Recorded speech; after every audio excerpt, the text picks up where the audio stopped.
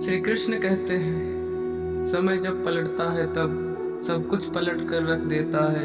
इसलिए अच्छे दिनों में अहंकार ना करो और खराब दिनों में थोड़ा सब्र करो।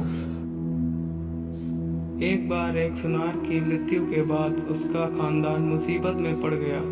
उस पूरे परिवार को अब भोजन के भी लाले पड़ने लगे।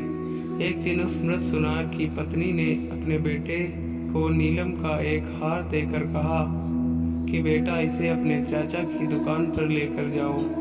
चाचा से कहना कि ये बेचकर कुछ पैसे दे दो।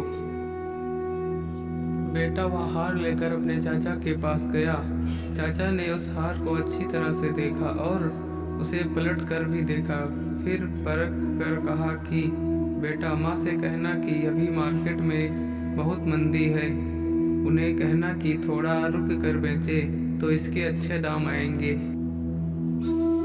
एक दिन उसके चाचा ने कहा, बेटा, अपनी माँ से वो हार लेकर आना और माँ से कहना कि अब मार्केट में बहुत तेजी है, इसलिए उस हार के अब अच्छे दाम मिल जाएंगे।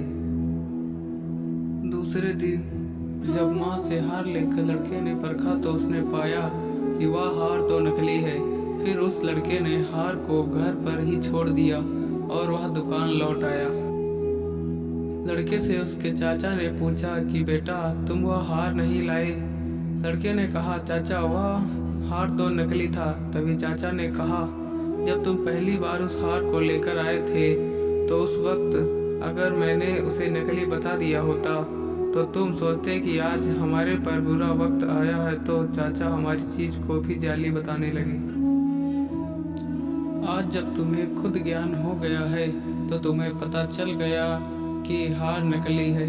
सच तो यही है कि ज्ञान के बगैर इस दुनिया में ऐसे ही गलतफहमी का शिकार होकर पारिवारिक और बेहद करीबी के रिश्ते बिगड़ जाते हैं।